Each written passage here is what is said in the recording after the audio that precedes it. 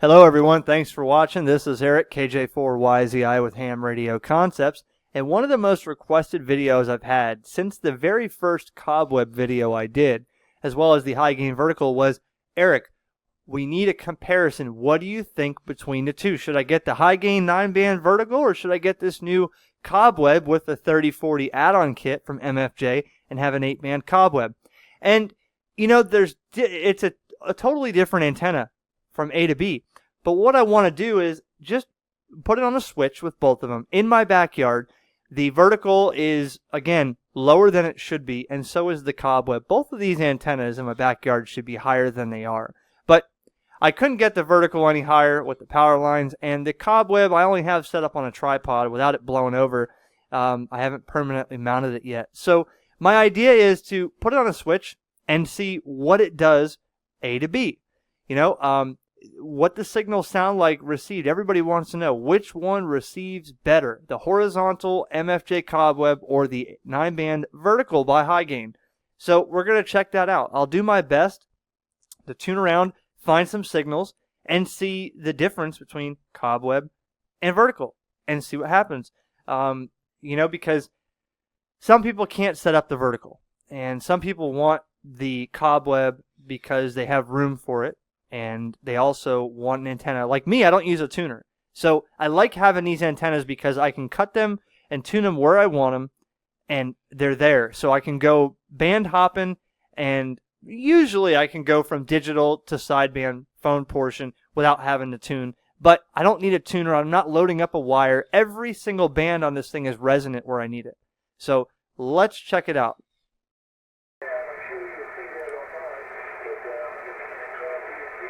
On 20, seems like the Cobweb wins. This is the Cobweb here. That's the vertical.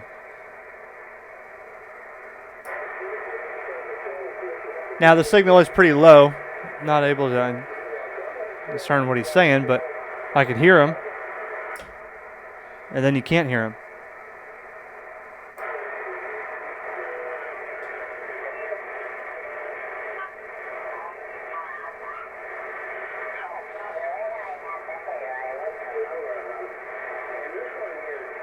Cobweb,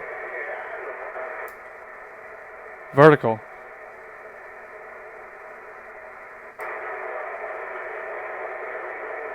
Now again, notice the vertical is quieter, but Cobweb pulls in the signal.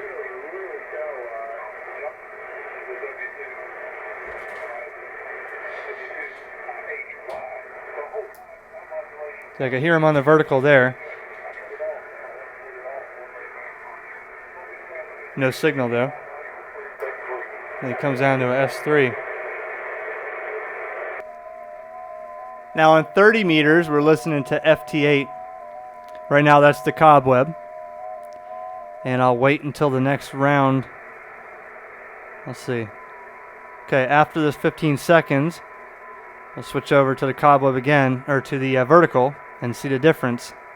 Right now we're looking at about, I'll show you, here it goes. All right, S5 on Cobweb. Now on the vertical, I could still hear it, but the noise went up to S7, or you know, it brought in more noise, raising the signal. So the Cobweb is somewhat quieter. Let's see, wait for the next round to come around because it's 15 seconds, one transmitting, 15 seconds another. We'll go back to the, right here. All right, so that's the Cobweb S5. Just about lose it on the vertical.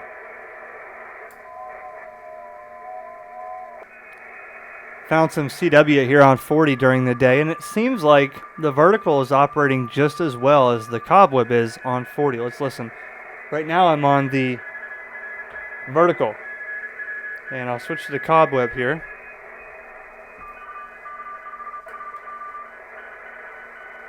It does bring in a little more noise on the Cobweb, but I still can hear.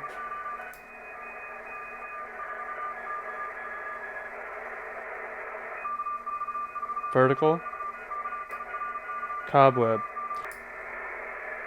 Here's the vertical again. And now we'll go to Cobweb.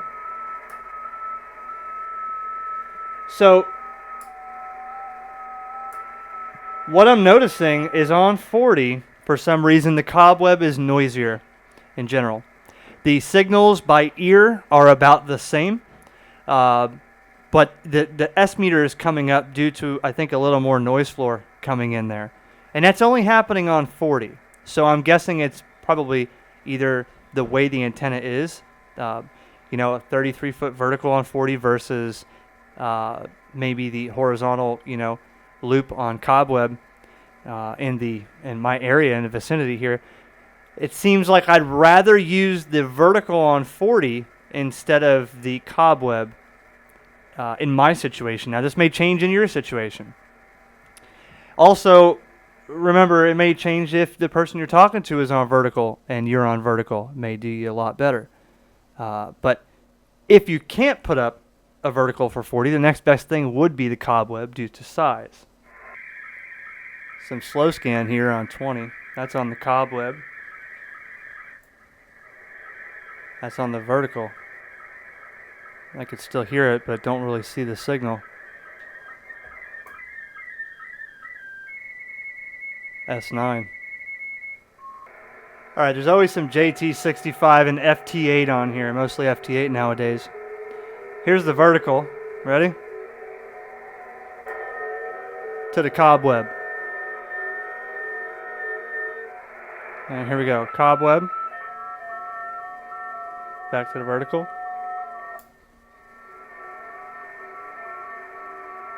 That's a substantial difference. So on 20 here, that's the Cobweb. And we'll go over to the vertical. So the signal disappears. Still hear audio.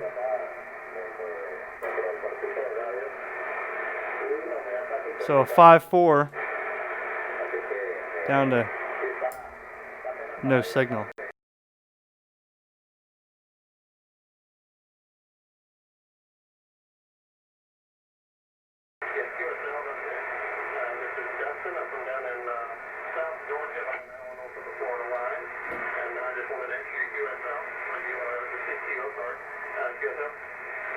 Oh, yeah, very good. Actually, I'm trying to see, I'm wanting to test. I'm using a vertical now, and I want to try on the Cobweb on 40 and see what happens. Maybe you can give me a signal report using 100 watts and a high gain vertical right now. And then I will switch to the Cobweb here. If you look at the meter, give me a reading. Let me know. Over. All right, so that's the high gain vertical, and I'll switch to the Cobweb antenna on 40. The Cobweb's only about 8 feet off the ground. Over.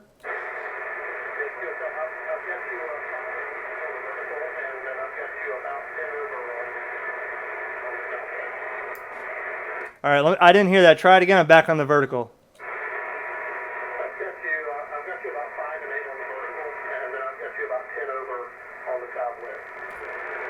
Wow, 10 over on the Cobweb, 5.8 on the vertical. Very well. Very good. Okay. Well, it seems that my vertical is receiving you a little bit better than the Cobweb is, but that might be the setup in my backyard with the height. Like I said, that Cobweb would do a lot better up higher off the ground, but neither one of the antennas are as high as they should be. So Kilo November 4, Golf November, wow, I forgot already. Golf November, Quebec, I think.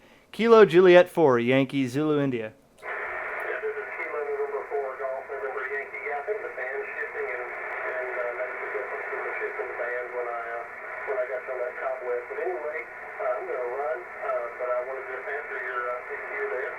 This is Kilo November 4, Golf November Yankee from South Georgia, and I'm 73. Good day, sir.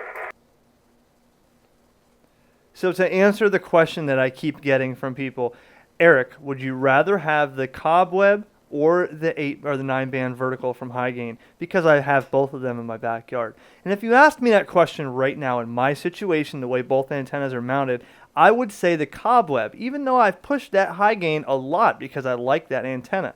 The MFJ Cobweb is doing a really good job. And a couple things I've noticed. If you live in a windy area, the high gain is going to take more wind, meaning it's going to catch a breeze and bend over more than the Cobweb would. The Cobweb is all wire with the 4 fiberglass spreaders, so there's not that much in the air compared to the vertical. So with these last few fronts that we've had, it's gotten really windy, and the high gain was bending over, and the Cobweb was just kind of sitting there. And another thing now, neither one of these antennas are really as high as they could be to make it optimal. The high gain vertical is supposed to be at least 8 feet off the ground, and I have mine like 3 feet off the ground. But remember, there's still 33 feet of antenna in the air, so there's a lot more metal going up higher than there is on the Cobweb. So that may make a total difference on this comparison here, but when I talked to that contact on 40, he gave me a 5.9 plus 10 on that Cobweb at 8 feet, and he gave me a 5.8 on my vertical that's standing tall. But I couldn't hear him as well on the Cobweb. So that's what's making me think that if I got that Cobweb up higher and permanently mounted it, say 15 feet in the air, 20 feet in the air, it would probably be a rock star. It really would. The only thing missing on the Cobweb compared to the high gain is 80 meters. But that antenna on 80, that high gain, is really tricky to tune. You're either going to use it for 75 or 80, and you're either going to use it for digital or phone. You're not going to be across the band like that. It's a very sharp tuning curve, but it works well. So if you were to ask me that, yeah, I'd take the MFJ Cobweb, the 8-band. That is the 6-band Cobweb with the 30 and 40 meter add-on kit. And somebody asked me the distance across. How big is that thing? Well, from the center of that plate to the end of a fiberglass spreader, it's 11 feet. So all the way across, it's 22 feet. If you can handle that in your yard, 22 feet across, and get it up high enough, it'll be a truly good antenna. Whereas the vertical is going straight up, so you don't need that much real estate if it can go straight up. However, keep in mind, if these things fall over, you don't want that vertical to come in contact with power lines. So that's why I have it mounted where I do. If it did fall over, if I put it any higher and it fell over, it would hit the power lines like my tower did 3 years ago. So I'm trying to avoid that, and that's why I only have it about 3 feet off the ground. So in the most unofficial test results I can give you, the MFJ Cobweb seems to receive a lot better stations and signals than the high gain does, and that's only at 8 feet. So I can only imagine what it would be like higher in the air. And I hope this video answered some questions and give you an idea of what you're looking at. If you're still considering this MFJ Cobweb, that's about what I can give you. Thanks for watching. Hope this video answered some questions, and 7.3 more videos on the way from KJ4YZI.